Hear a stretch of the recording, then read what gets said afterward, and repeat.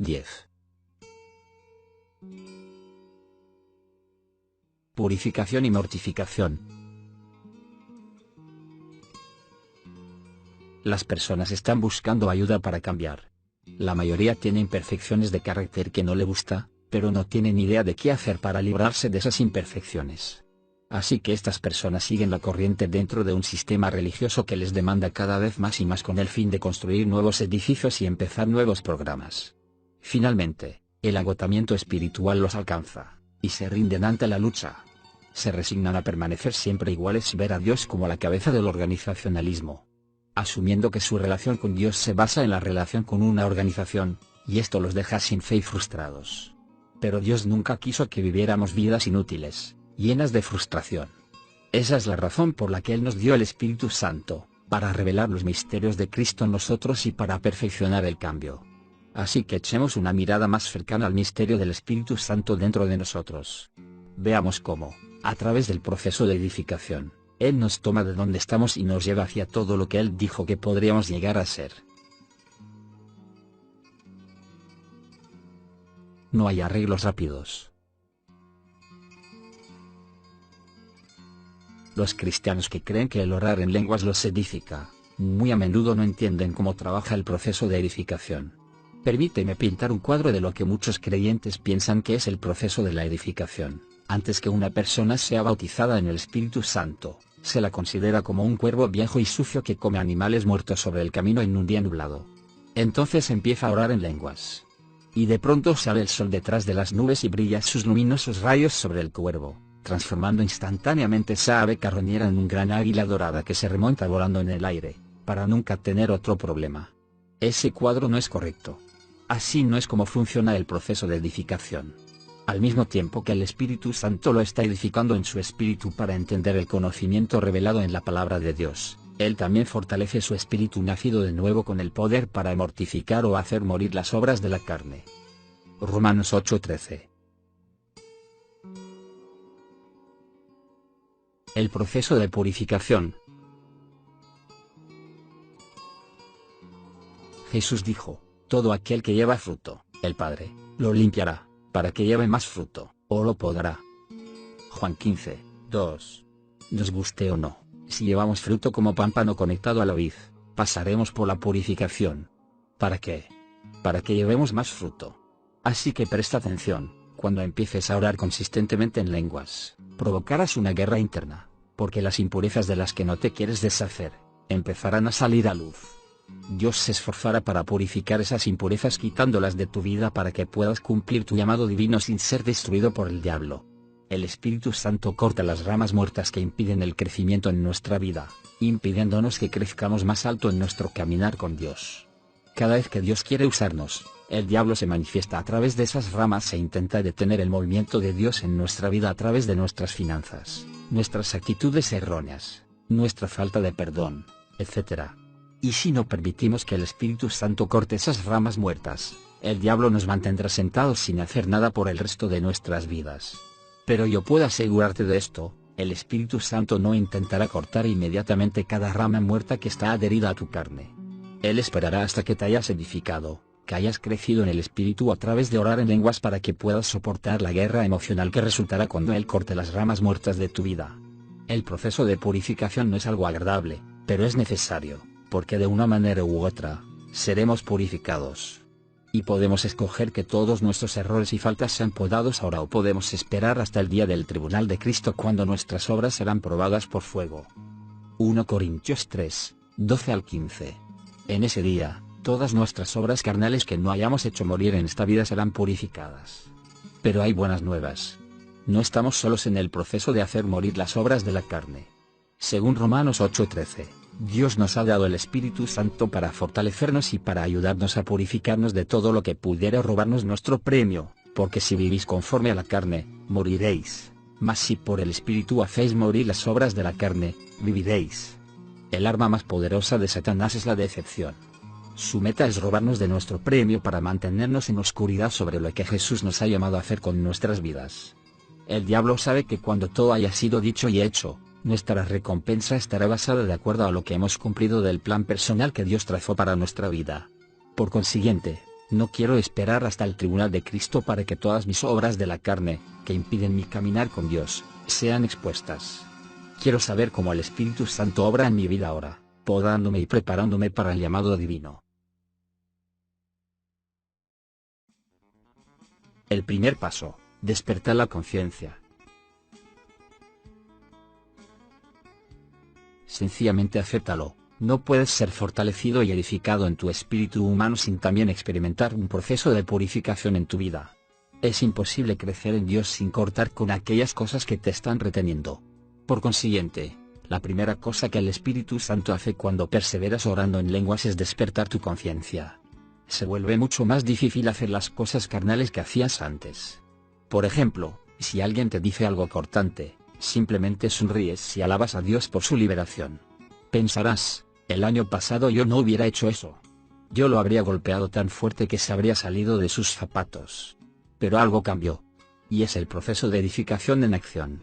Cuando el Espíritu Santo despierta tu conciencia mostrándote que estás haciendo mal, esto significa que Él está presente con el poder para hacer morir esa obra. Cuando agregas tu fe y empiezas a resistir la carne, la mortificación toma lugar y el Espíritu Santo te limpia de ello. Eso es edificación. Se revela lo oculto. Recuerda lo que dije antes: los misterios que oras en lenguas son para tu beneficio, no para Dios.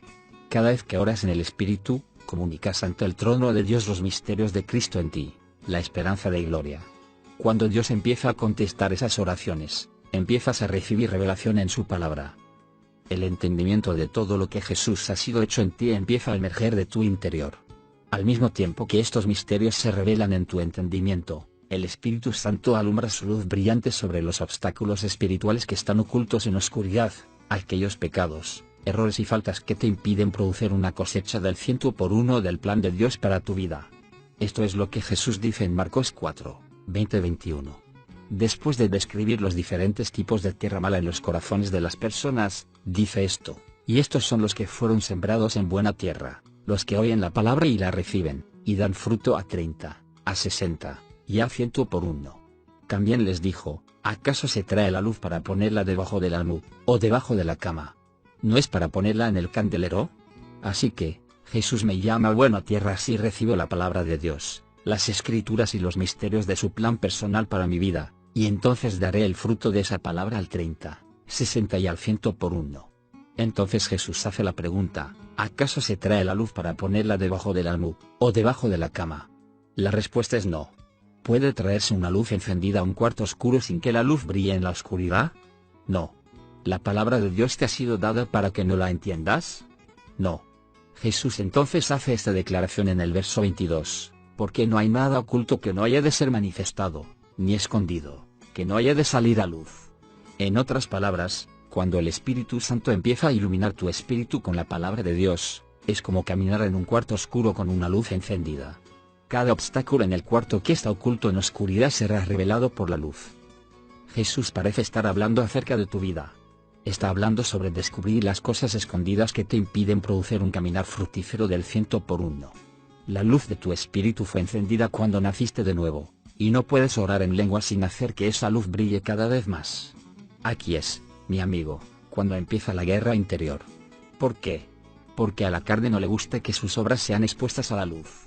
Las obras de la carne son como esas pequeñas cucarachas que viven en los paraderos baratos. Cuando la luz se enciende, se echan a correr para ocultarse. Aman la cobertura de la oscuridad. Así es tu carne. Puedo asegurarte que tu carne no querrá deshacerse de todo lo que el Espíritu Santo ilumine. La transformación interior antes que el cambio exterior.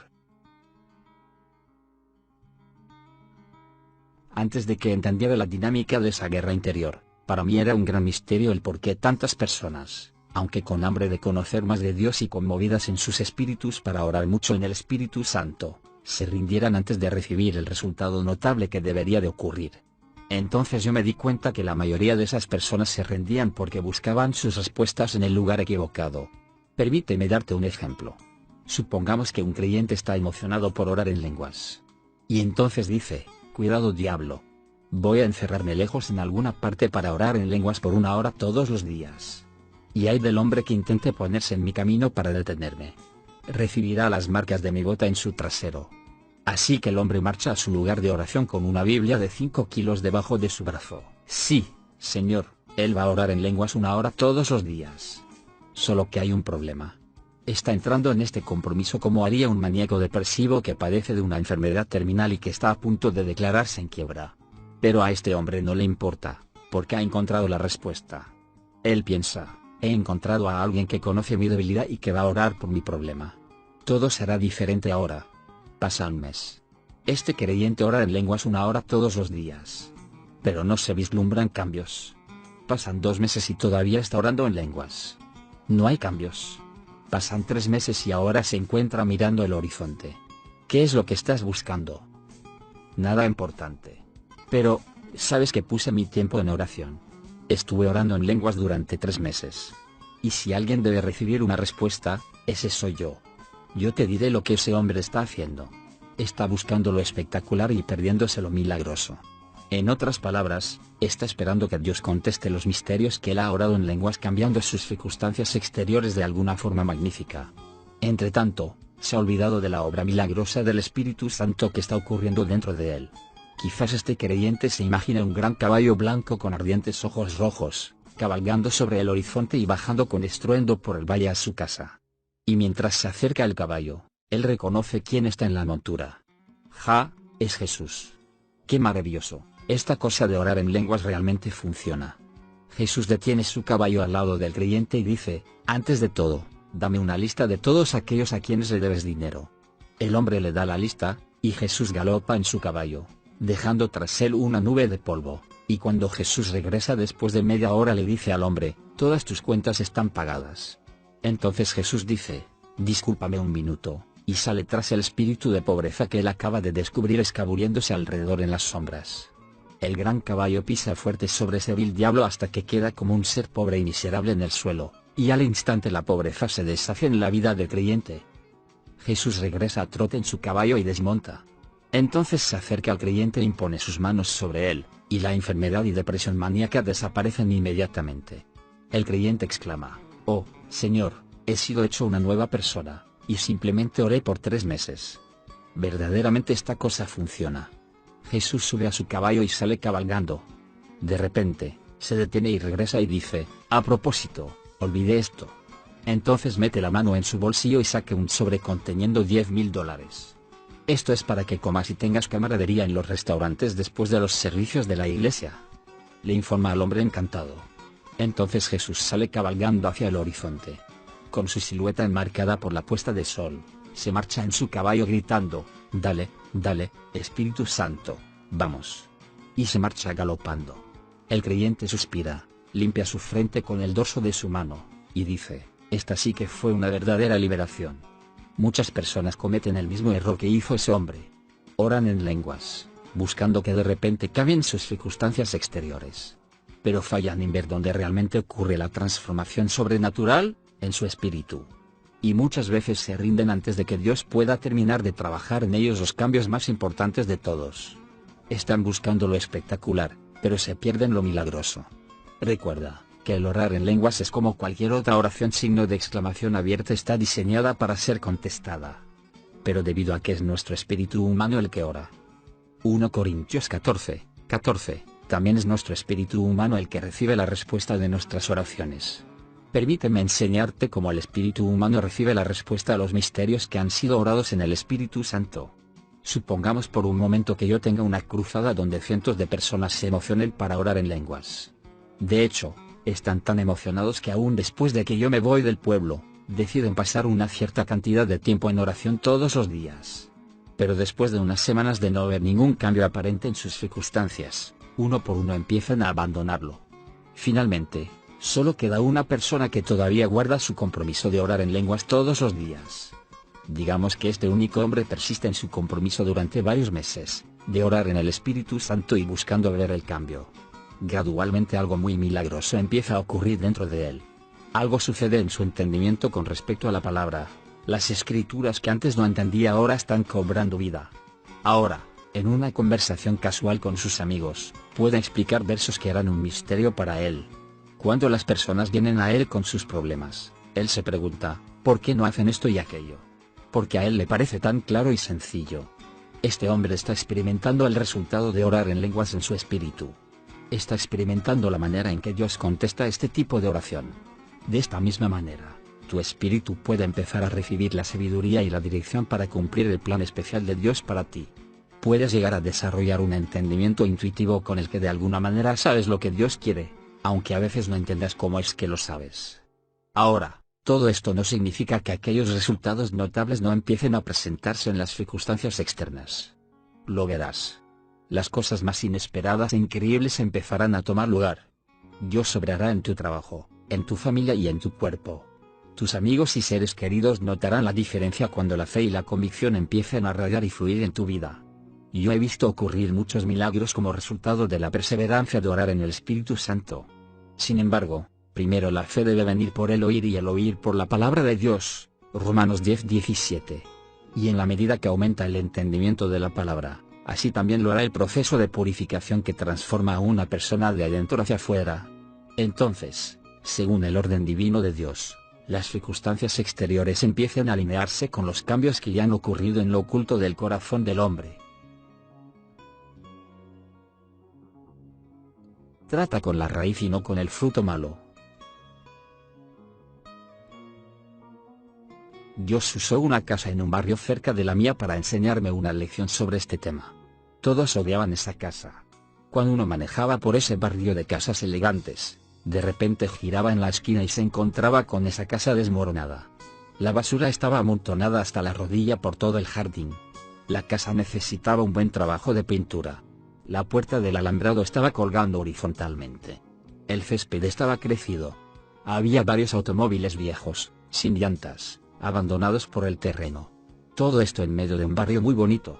Todos los que vivían en el vecindario estaban enfadados con el hombre que vivía en esa casa, pero nadie lo había convencido para que haga algo acerca de la apariencia. Yo he vivido en este vecindario antes que todas las demás casas fueran construidas, decía el hombre negándose a cambiar. Un día mientras conducía mi automóvil miré esa casa y pensé, oh, mi Señor, qué desorden. Entonces el Espíritu Santo aprovechó la oportunidad para enseñarme algo. Él habló a mi espíritu, diciendo, ¿sabías que el exterior de esa casa es un cuadro exacto del interior del hombre el cual vive en ella? Ay. Con esa revelación fresca en mi mente, la primera cosa que quería hacer cuando llegara a mi casa era cortar el césped. El Espíritu Santo estaba señalando un error que la mayoría de los cristianos cometen. Siempre están tratando de deshacerse el fruto malo del árbol en su vida, sin tratar primero con la raíz que provocó que el fruto malo creciera. Por ejemplo, hay personas que a menudo son forzadas por sus emociones a responder a un llamado para pasar al altar. Pasen al frente y dejen todo su mal fruto en el altar, dice el predicador. Así que se arrodillan en el altar y piensan, bueno, ya no le voy a pegar más a mi esposa. Ya no voy a beber más alcohol. Así que descargan su mal fruto, lo dejan en el altar, y se van a casa. Ahora, es bueno que ellos se hayan arrepentido y hayan hecho un compromiso con Dios de no volver a cometer tales pecados nuevamente. Sin embargo, hay un gran problema. Si ellos no tratan con la raíz del problema los obstáculos espirituales que hay dentro de ellos en oscuridad, ese mal fruto volverá a crecer. La fuerza de voluntad contra la mortificación por el Espíritu. No puedes descubrir la raíz de las obras de la carne en tu vida por ti mismo. El Espíritu Santo es el único que puede escudriñar las partes más profundas de tu corazón para encontrar la raíz. Entonces Él edifica tu espíritu humano, nacido de nuevo, para que se levante y dé muerte a las obras de la carne diariamente. Esa es la razón por la que el bautismo en el Espíritu Santo ocurre en el espíritu humano, porque de ahí es de donde viene todo cambio permanente. Yo he estado en el ministerio por más de 25 años. Y he hallado que las personas no pueden cambiar por sí mismas. Por ejemplo, cuando redediqué mi vida al Señor en esa iglesia de Denominaciones de la Santidad, las personas me predicaban todo el tiempo sobre lo que se suponía que yo sería y haría. Me decían que dejar de pecar y me dieron una lista de todas las cosas que debía hacer y no hacer. Pero no fue hasta que aprendí cómo desatar el poder del Espíritu Santo dentro de mí para que yo pudiera darle muerte a todas aquellas viejas obras del hombre carnal. Entonces, finalmente, Jesús, el hombre de compasión, podría empezar a verse en mi vida. Como verás, la mente natural solo está familiarizada con el cambio por medio de la fuerza de voluntad. ¿Entiendes? Es cuando te esfuerzas por disciplinarte firmemente contra un problema usando tu propia fuerza de voluntad. No volveré a pecar, no volveré a pecar. Lo dices apretando tus dientes. Pero por más que lo intentes, hay veces que no puedes deshacer un hábito carnal con tu propia fuerza de voluntad. Por otro lado, la mortificación a través del Espíritu es el proceso por el que el Espíritu Santo te fortalece interiormente para destruir el dominio que la carne ha tenido sobre ti. En lugar de que el pecado tenga dominio sobre ti, tú ganas dominio sobre él. Poniendo la carreta antes del caballo. Pero ¿cómo activamos ese poder dentro de nosotros para mortificar las obras del cuerpo? Ya vimos que Romanos 8:26 nos da la respuesta, y de igual manera el Espíritu nos ayuda en nuestra debilidad, pues ¿qué hemos de pedir como conviene? No lo sabemos, pero el Espíritu mismo intercede por nosotros con gemidos indecibles. Entonces la clave que activa el poder del Espíritu Santo en nuestra vida, en un nivel personal, para mortificar las obras de la carne, es el lenguaje sobrenatural de lenguas.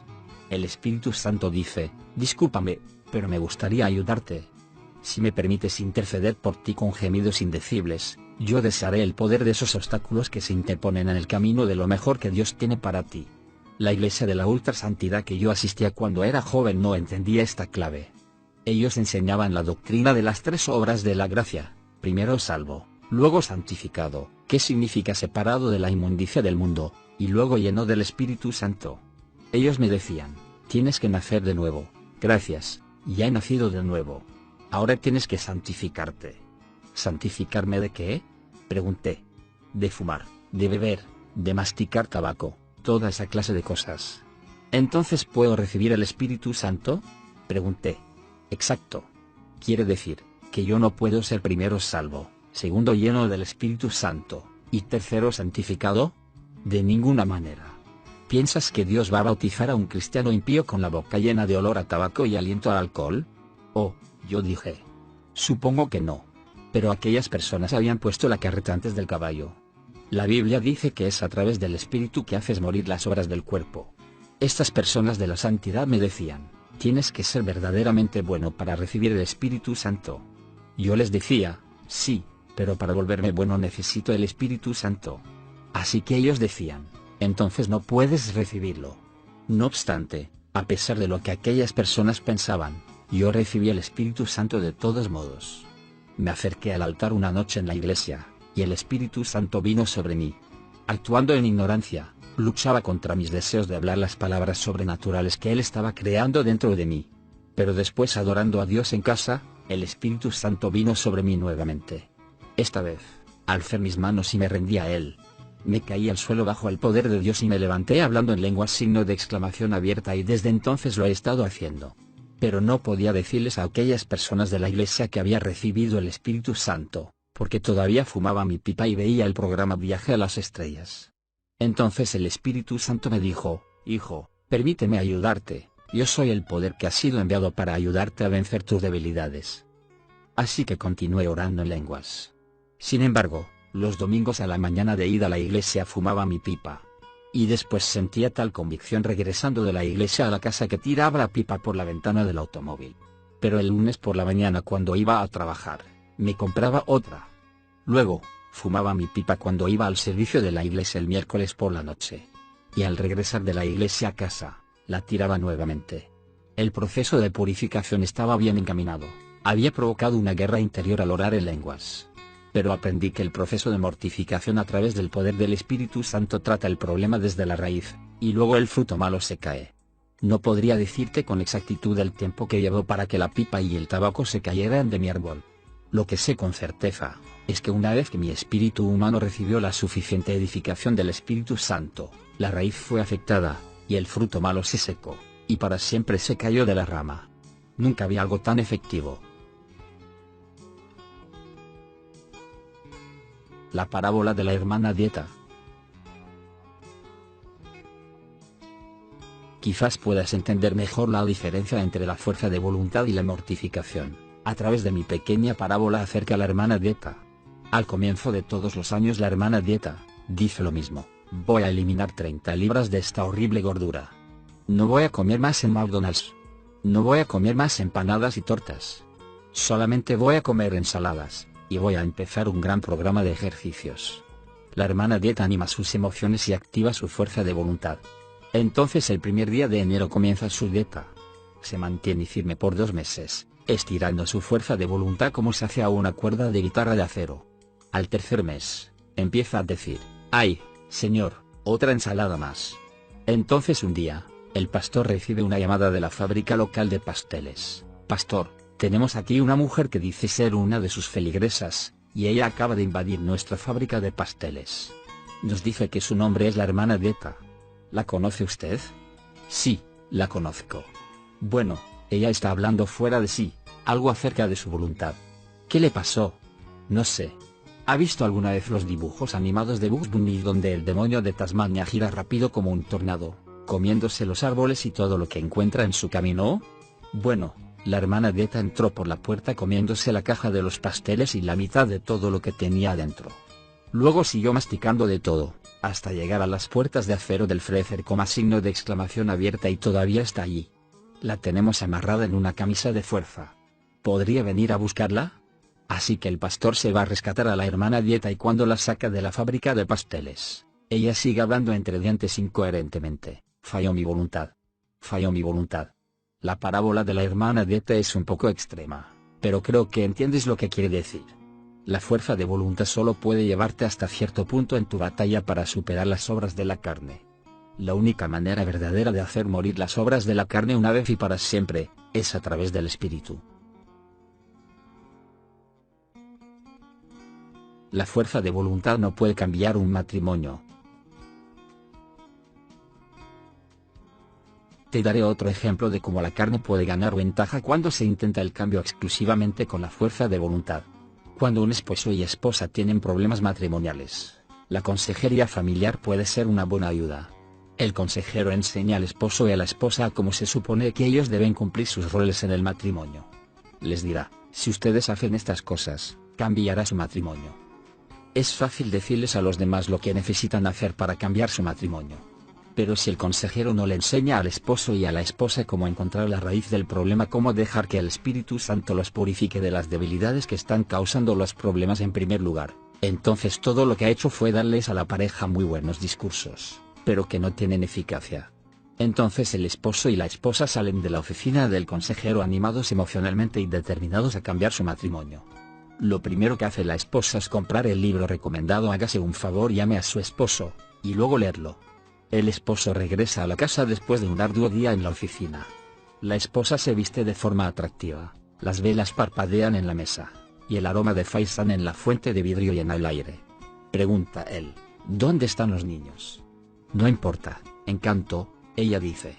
Y él piensa: Dios mío, tengo una nueva esposa. Después, la esposa convenientemente deja el libro Hágase un favor, llame a su esposo puesto sobre la mesa a plena vista. El esposo lo encuentra y lo lee. Luego llega a la casa trayendo una rosa roja y la saluda diciéndole: hola, mi amor.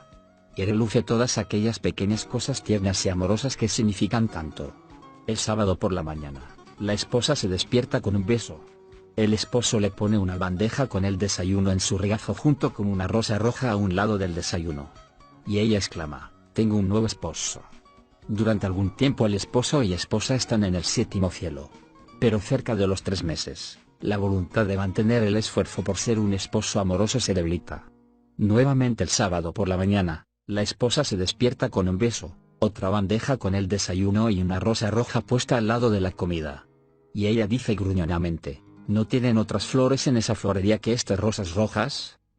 El esposo responde malhumorado: voy a darte una bofetada que te tumbe de la cama, mujer. Y la batalla de los sexos se reanuda a plena fuerza. Sea que fumes, comas demasiado, discutas con tu esposo o cualquier otra obra de la carne, el principio es el mismo: confiar en la pura fuerza de voluntad para cambiar tus debilidades carnales, solo te ayudará hasta cierto punto.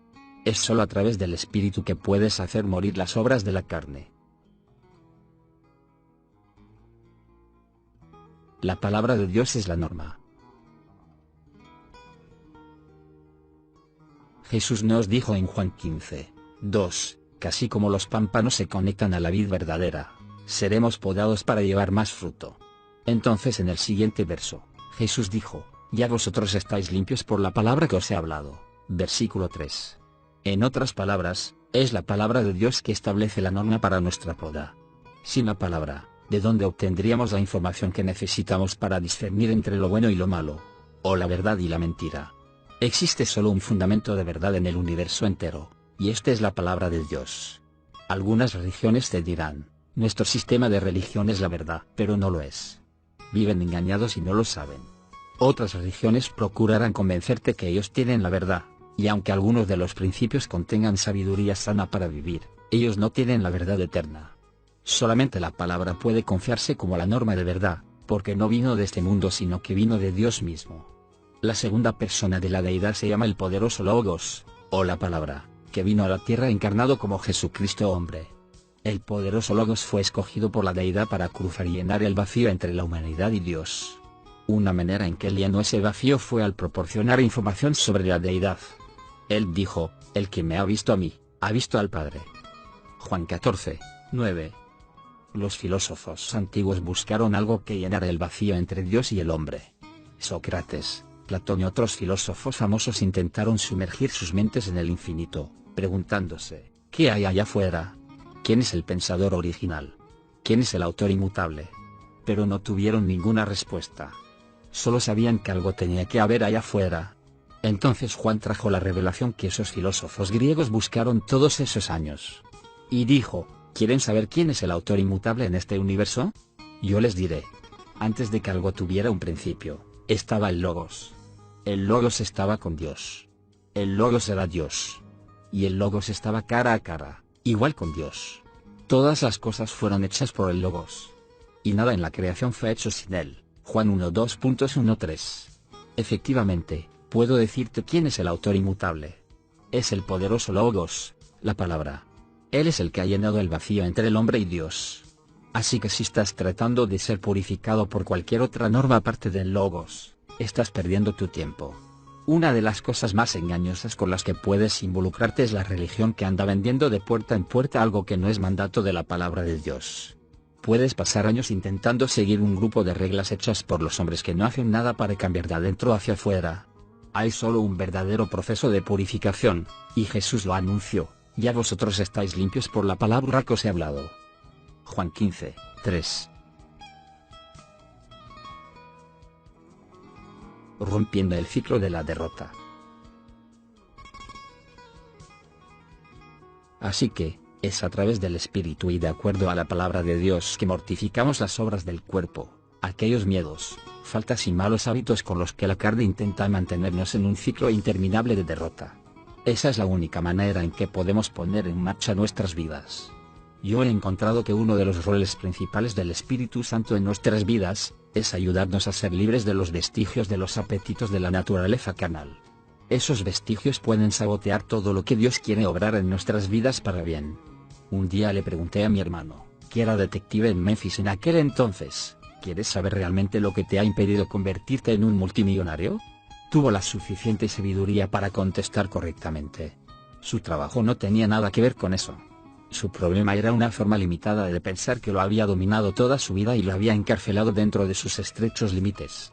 En Marcos 9, 23, Jesús dijo que todas las cosas son posibles para aquel que cree.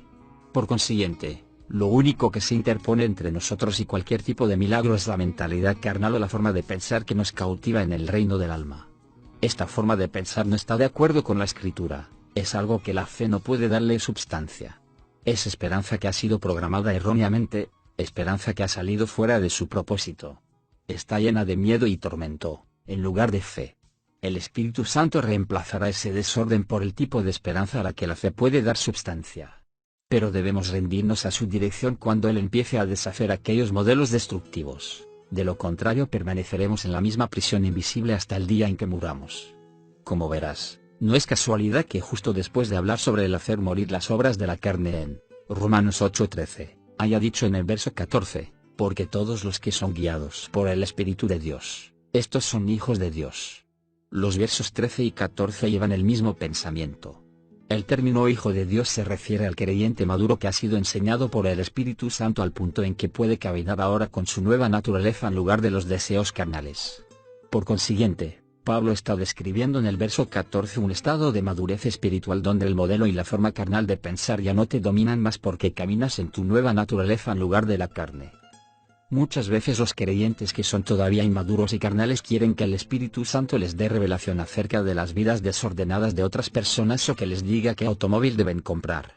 Pero la única cosa que el Espíritu Santo puede hacer con un creyente en esta condición espiritual es llevarlo fuera de su propio desorden. Quizás pienses, yo quiero que Dios me guíe al ministerio a recibir una promoción en el trabajo. A lo primero que Dios te guiará es a salir de cualquier cosa que te mantenga en el ciclo perpetuo de la derrota. Eso es lo que dice Romanos 8, 13 y 14, todos aquellos que permiten que su espíritu humano renacido sea nutrido y enseñado por el Espíritu Santo, estos son los hijos maduros de Dios. Porque es a través del Espíritu, a través de la nueva naturaleza dentro de ellos, que hacen morir las obras de la carne. El Espíritu Santo nos guiará a salir del modelo y la forma carnal de pensar que nos esclaviza. Pablo describió esta condición de esclavitud en Romanos 7, 7 al 24. Él dijo, miserable de mí. Hay una inclinación hacia el pecado en mis miembros, que cuanto más intento servir a Dios, más guerrea contra mi mente. No hay nada en mí que pueda enfrescarla. Aunque Dios me dio la ley y procuro guardarla, esta lujuria por el pecado persistentemente hace guerra dentro de mí. Y al parecer no puedo detenerla. Esta condición espiritual desesperanzada es la razón por la que el mundo entero se hizo culpable ante Dios y se sujetó a su juicio. El mundo necesitaba un Salvador. Así que Romanos 8 nos dice cómo el Salvador vino a sacarnos de la esclavitud de la carne a un caminar en el Espíritu. Derribando fortalezas en el alma. Todo lo que tienes que hacer es mirar a la palabra raíz mortificar, que significa hacer morir, y entender que el proceso de purificación es una batalla. Pablo describe esta batalla en 2 de Corintios 10. Porque las armas de nuestra milicia no son carnales, sino poderosas en Dios para la destrucción de fortalezas. 2 Corintios 10 2.4. Así que Pablo dice que nuestras armas para esta batalla en la que estamos involucrados no son carnales. En otras palabras, no emprendemos esta guerra interior con medios naturales. En cambio, nuestras armas son poderosas en Dios para la destrucción de fortalezas invisibles, o fuertes que se levantan contra nuestra vida. Algunos creyentes piensan que la palabra fortalezas en el verso 4 habla sobre algún tipo de lugar fortificado e invisible que el diablo construye a un extremo de un pueblo para impedir que la gente del pueblo sea salva. Estos creyentes piensan que su trabajo es derribar estas fortalezas malignas del enemigo. No, Pablo está refiriéndose a una batalla de nivel personal. ¿Cómo sé eso? Porque en el verso 5 dice esto, derribando argumentos y toda altivez que se levanta contra el conocimiento de Dios, y llevando cautivo todo pensamiento a la obediencia de Cristo. ¿Quién posee los pensamientos que deben ser llevados a cautividad? Pablo no cambió el tema entre el verso 4 y 5. Si tú posees el pensamiento, entonces tú eres el que posee la fortaleza. Las fortalezas a las que Pablo se refiere son las imaginaciones y los razonamientos que se exaltan contra el conocimiento de Dios. Son fortalezas carnales en el reino o en la jurisdicción del alma. Pablo nos exhorta a que llevemos cautivo todo pensamiento de desobediencia, porque si no derribamos las fortalezas almáticas, el diablo podrá despedazarnos con ellas.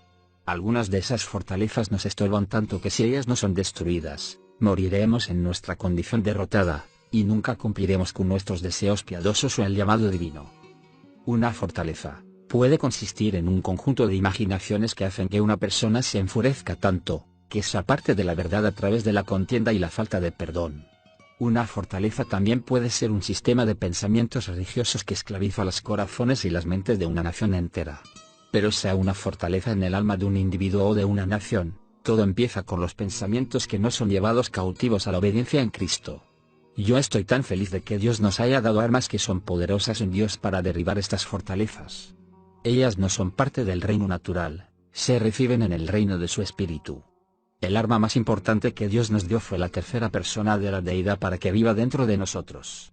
Y el Espíritu Santo también nos equipó con otra arma vital, un lenguaje sobrenatural. Ese lenguaje es un don que nos edifica y nos fortalece por encima del reino carnal donde dominan nuestros sentidos naturales. Y cuando perseveramos en el uso del don de orar en lenguas, El Espíritu Santo empieza el proceso de purificarnos de toda altivez que se exalta contra el plan de Dios para nuestra vida. ¿Dónde sucede este proceso de purificación? Bien, todo lo que se muestra por fuera generalmente es un cuadro de lo que opera dentro de nosotros. Por consiguiente, la mortificación ocurre dentro de nuestro carácter. El Espíritu Santo comienza a discernir nuestros pensamientos y las intenciones de nuestros corazones, deshaciendo los sistemas de pensamiento y fortalezas del alma que nos hacen fallar. Mientras perseveramos orando en lenguas para edificación personal, Él derriba cualquier fortaleza del alma que no ha sido construida por la palabra de Dios. Al mismo tiempo, el Espíritu Santo construye una superestructura en nuestro espíritu humano impartiendo conocimiento revelado de la palabra de Dios. ¿Para qué propósito? Para hacernos madurar, para edificarnos y para fortalecer y elevar nuestra vida en Dios. La palabra de Dios es una espada de dos filos que divide en dos el alma y el espíritu. Hebreos 4:12. Es el único agente capaz de dividir el espíritu y el alma. Y en este proceso de purificación que abarca todas las esferas del alma y espíritu, es la única norma en la que confío cuando me esfuerzo por entender el trabajo del Espíritu Santo dentro de mí. No importa cuántos demonios vengan a acusar mi alma. Yo voy a prepararme contra el ataque y la palabra de Dios será mi estandarte. Esa espada de dos filos ha penetrado mi espíritu, y yo rechazo creer algo o a alguien que no esté en línea con lo que la palabra ha declarado. El último 40%. Si has de completar el proceso de purificación, este es el tipo de determinación que deberás desarrollar para resistir a los ataques del enemigo. ¿Por qué? Porque la mortificación no es una experiencia agradable, y tu carne querrá rendirse. Y el pasarte 3 meses orando en lenguas y edificándote a tú mismo, a un determinado lugar en Dios, no hará que tu proceso de purificación sea más agradable. Pero eso está bien. Si hay una cosa que no quiero en mi vida, son ramas muertas. Estoy dispuesto a pasar por cualquier cosa desagradable que el Espíritu Santo considere necesario para librarme de todo lo que sabotee la perfecta voluntad de Dios para mi vida. Las ramas muertas que el Espíritu Santo está trabajando ahora en mi vida son el último 40%. Y estoy en dirección de caminar a un 100%. Como verás, no es tan difícil caminar en un 30% o 60% de la voluntad de Dios para tu vida. Pero ese último 40% es un desafío porque tiene que ver con la forma que obras o dejes de obrar en el amor de Dios. Cuando ese último 40% se purifica, respondes distinto cuando las personas te insultan, te calumnian, te abofetean en la mejilla, o te demandan. En lugar de desquitarte insulto por insulto, solo le extiendes más de la misericordia de Dios. Estimas tu testimonio como tu posesión más valiosa, y estás determinado a no herir a un ser humano aunque te cueste tu propia cabeza. Las ramas muertas del último 40% son difíciles de alcanzar. Primero, mucha edificación debe tomar lugar en tu espíritu antes que el Espíritu Santo se enfoque en esas ramas difíciles de alcanzar y comience a podarlas. De hecho, durante los primeros 6 meses que ores de forma consistente en lenguas, el Espíritu Santo fortalecerá tu espíritu para que estés dispuesto a conversar acerca de cortar esas ramas muertas. Recuerda, Jesús dijo que estás limpio con la palabra que él ha hablado, Juan 15:3. Cuando el Espíritu Santo ciñe tu espíritu con revelación de la palabra, podrás cortar esas horrorosas ramas muertas que desordenan y dificultan tu vida. Una cosa es segura, no te librará del último 40% solo por sentarte en un banco una vez a la semana, o por escuchar un sermón de 30 minutos que ni siquiera planeas aplicar. Así que si has estado pensando que no necesitas orar mucho en lenguas para tu edificación personal, piensa nuevamente. Tú tienes un propósito divino para cumplir, y no necesitas tener muchas ramas muertas en el camino. La rama muerta de la complacencia. La peor cosa de la que necesitas ser podado es de la complacencia y la indiferencia. En su extremo, es el tipo de actitud que dice, dejen que el pueblo se vaya al infierno. ¿Por qué debo pasar mi tiempo orando por ellos? Hay pastores en un estado de complacencia que no quieren encontrarse bajo el mismo techo con otros predicadores del pueblo. Efectivamente, estos pastores quieren ver que todos en el pueblo se salven. Ellos no son tan malos. Pero ellos quieren hacerlo solos, sin la ayuda de nadie. Su actitud es, si el esfuerzo evangelistero no sucede a través de mí y de mi iglesia, no voy a ayudar a que otros tengan éxito. Eso se llama indiferencia o complacencia. Es una gran tarea para el Espíritu Santo cortar esa rama muerta. es una parte de ese último 40%. El Espíritu Santo tiene que cortar la rama muerta de la indiferencia de nuestras vidas antes de que podamos buscar el avivamiento por encima de nuestros deseos egoístas. Hasta que nos limpiemos de la complacencia, el enfoque siempre será mi estilo de vida y mi comodidad más que la salvación de otras personas. Personalmente, el diablo ha intentado a menudo usar la complacencia como un medio para impedirme entrar a lo mejor que Dios tiene para mí. El enemigo susurra en mi mente: ¿por qué no vuelves a reposar y te pones cómodo? Tienes una buena unción. Tienes buenas reuniones. ¿Acaso no se llenan centenares del Espíritu Santo en cuestión de semanas? ¿Acaso no estás en el círculo de las reuniones de campamento? ¿Por qué no aminoras la marcha y te quedas donde estás? Es un buen lugar para estar. Cada vez que he intentado salirme de la comodidad, he encontrado un mayor ataque por parte del enemigo. Mi carne me dice: bueno, ¿por qué no me quedo donde estoy espiritualmente? ¿Para qué exponerme a los golpes del diablo? ¿Por qué no puedo quedarme tranquilo y vivir como los demás predicadores? Ellos parecen estar satisfechos y felices. Mi carne intentará convencerme a que me quede en la complacencia. Pero el hambre que tengo dentro de mi espíritu siempre ha sido más fuerte que la voz de mi carne. Solo puedo andar en la carne por un rato hasta que me siento inaguantable. Y me siento completamente infeliz, y me quedo de esa forma hasta que sacudo de mí la complacencia y empiezo de nuevo a buscar fervorosamente a Dios. El Espíritu Santo quiere hacernos madurar a través de la revelación de la palabra de Dios, para que al mirar a esa rama muerta de la complacencia en nuestras vidas, digamos: Espíritu Santo, estoy disgustado con eso, por favor córtala. Incluso Él se alegra si miramos esa rama y admitimos honestamente: Dios, yo no quiero que cortes esa rama. A ese punto, necesitamos hacer solo una cosa: seguir orando en lenguas. En algún momento tendremos que librarnos de esa rama muerta y fea. Ese es el proceso de edificación en acción. Mi propio proceso de purificación. Cuando el Señor terminó de cortar las ramas muertas de mi vida, quedé como un palo. Él cortó todas las ramas muertas tales como creer erróneamente, lujurias de la carne, amor al dinero y exaltación propia. Y me gustan las ramas fructíferas que han crecido en el lugar de aquellas que fueron podadas. La mentira era una de esas ramas muertas que el Espíritu Santo eliminó en mi vida. Me tomó un tiempo largo para disponerme e incluso a admitir el hecho que yo mentía. En mi caso, la mentira normalmente venía en la forma de engañar a alguien. Por supuesto, que usted nunca ha hecho eso. Aquí hay un ejemplo: tu niño contesta el teléfono.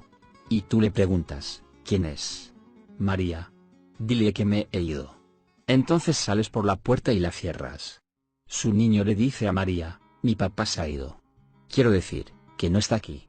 Técnicamente, no estás allí. Tú podrías justificarte diciendo: en verdad, no mentí. Bien, entonces, ¿por qué tratas de justificarte?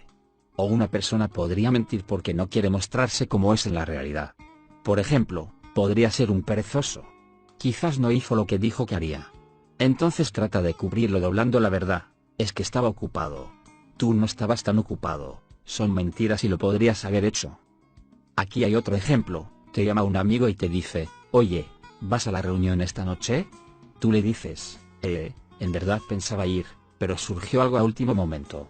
Entonces llamas a otro amigo y le dices: invítame a cenar así tengo una excusa. Yo no quiero ir a esa reunión. ¿Por qué mientes? Bueno, no quise herir los sentimientos de mi amigo. No tienes por qué herir los sentimientos de nadie. Simplemente le dices: no pienso ir esta noche. Pero, por el amor de Dios, diga la verdad.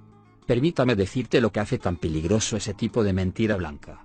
En Efesios 6:11, Pablo dijo esto: vestíos de toda la armadura de Dios, para que podáis estar firmes contra las asechanzas del diablo. Note que la primera pieza de la armadura es los lomos ceñidos con la verdad, versículo 14. Lo que ocurre es que después de decirle a tu hijo que mienta por ti o después de engañar a alguien doblando la verdad, el diablo viene y te ataca. Y luego tú le dices: yo te ato. El diablo responde: ja, cállate. Tú no puedes resistirme sin tu armadura espiritual puesta. Así que piensa antes de atarme y deja de mentir.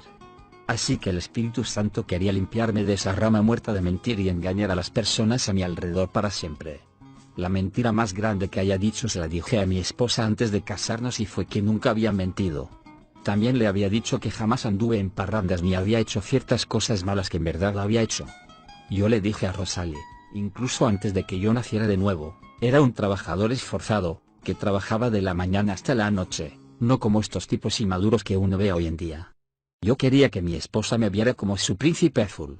Después que Rosalie y yo nos casamos, una noche estábamos confraternizando con otros creyentes, y los hombres empezaron a hablar sobre el estilo de vida de pecado de los que se habían liberado. Rosalie dijo, oh, Dave nunca hizo eso. Pero el hecho era que yo sí lo había hecho, era una de las cosas que le había mentido antes de que estuviéramos casados. Desde aquel momento, parecía como que cada vez que mi esposa hablaba con alguien, sin saberlo, seguía construyendo sobre mi mentira.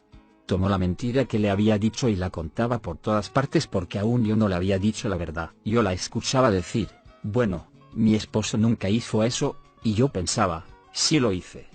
Le mentí a ella en el pasado.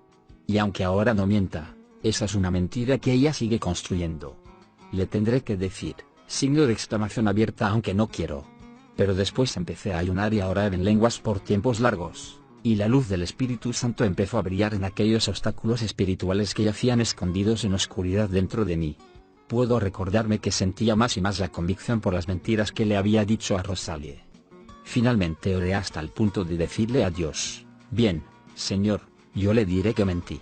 Entonces encontraba alguna excusa para no decirle ese día. Así que el Señor me despertaba en la noche y decía, yo pensé que dijiste que ibas a decirle. Me sentaba erguido en la cama, con mis ojos tan grandes como tapas de alcantarilla. Y no podía volver a dormirme hasta que hacía otro trato con Dios. Bien, yo le diré, Señor. Está bien, ¿cuándo? Mañana. Con eso, podía volver a dormir. Pero al día siguiente, encontraba alguna excusa para decir, le diré más tarde. Así que el Señor me despertaba de nuevo la noche siguiente. No iba a dejarme escapar con esa mentira.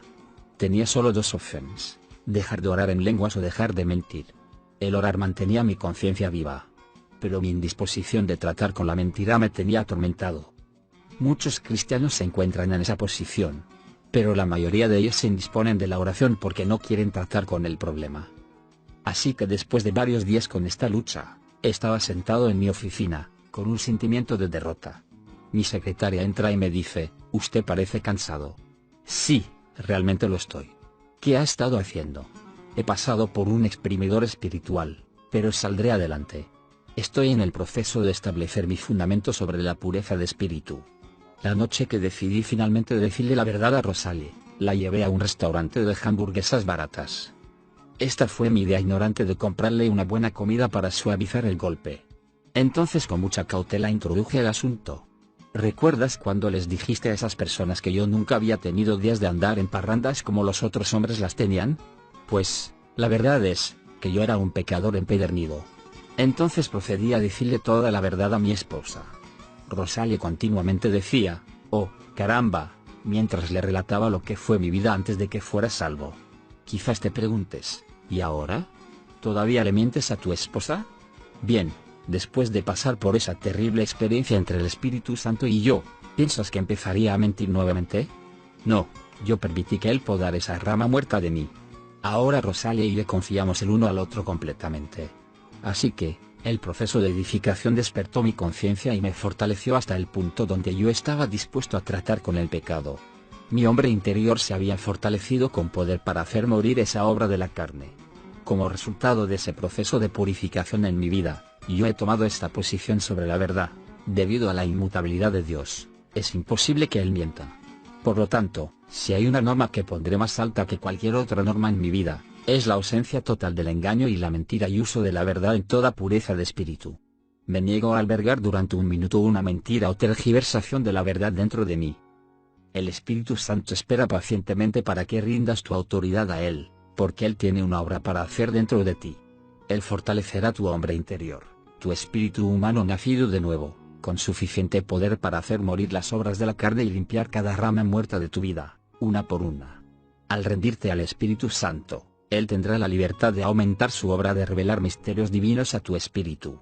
Así que, puedes tener certeza, signo de exclamación abierta, sea que pases por la mortificación o recibas revelación, tus oraciones en el Espíritu están siendo contestadas. Oh, yo vendré de un lugar interior donde piensas que no tienes fuerza. Y te diré, levántate e inténtalo de nuevo. Porque aunque puedas estar derribado de tiempo en tiempo, entiende esto, hijo mío, no te he desamparado. Levántate una y otra vez, y mi fuerza estará continuamente contigo para comenzar una y otra vez. En el tiempo que pienses que caerás, no caerás, estarás en pie. Porque vendré a ti de un lugar interior y te daré fuerzas, dice el Espíritu de gracia, que jamás pensaste tener.